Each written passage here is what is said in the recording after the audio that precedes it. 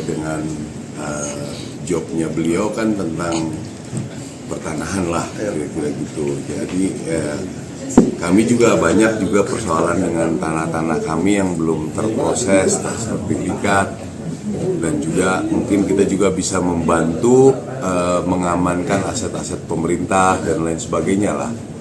Ya mudah-mudahan nanti setelah pembicaraan ini kita mulai detailkan apa yang bisa kita kerjakan untuk bekerja sama dengan Kementerian ATR.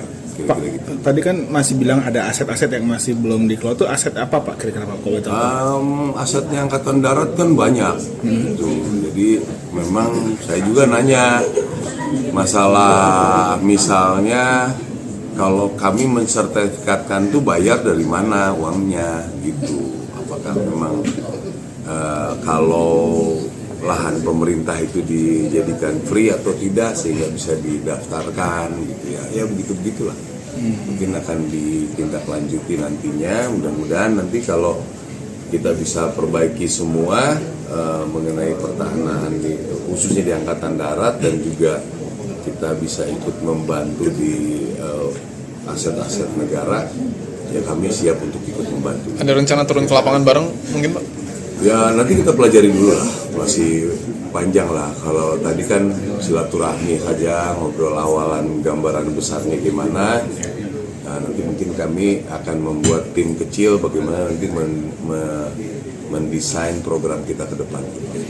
Pak, itu kalau boleh tahu contoh kasus mungkin yang menjadi atensi Bapak masalah pertanahan di daerah mana gitu Pak, kalau boleh tahu? Yang Angkatan Darat itu ada yang di Jawa Tengah yang mulai diduduki oleh masyarakat, juga mulai di Banten juga saya dapat laporan itu. Tapi kami kalau misalnya dia hanya menggunakan untuk bercocok tanam dan lain sebagainya, ya kita sebetulnya tidak mempermasalahkan itu. Banyak kok. Pak, apakah juga membahas soal tanah-tanah yang disengketakan di pengadilan gitu antara pihak Kodam dengan atau misalnya PT Andi dengan masyarakat gitu Pak? Ya itu juga salah satu yang kita sampaikan ya, kalau memang kami diberi kewenangan untuk membantu menyelesaikan, ya kami siap membantu. Karena kadang-kadang dengan masyarakat ini masalah komunikasi.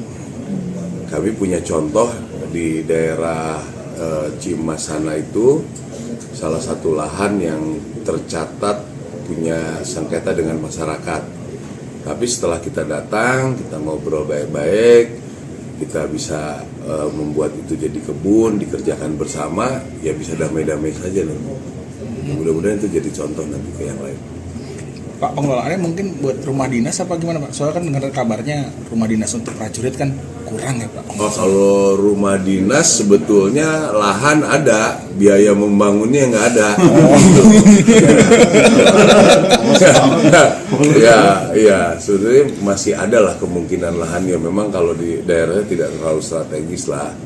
Tapi kalau mencari lahan sampai 100 hektar di daerah Banten, Bogor gitu sebetulnya kita ada.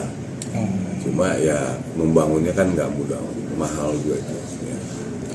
Udah ya Pak. Jadi buat penegasannya buat inventarisir doang ya Pak? Ya itu yang penting supaya nanti negara punya data yang valid. Gitu. Oke. Ya. Kalau Adi sendiri kira-kira berapa persen sih tanah yang belum bersertifikat itu? Tadi dicatat sampai 70-an ya. Masih banyak. Mungkin sekitar berapa? Nggak nyampe 20% sih.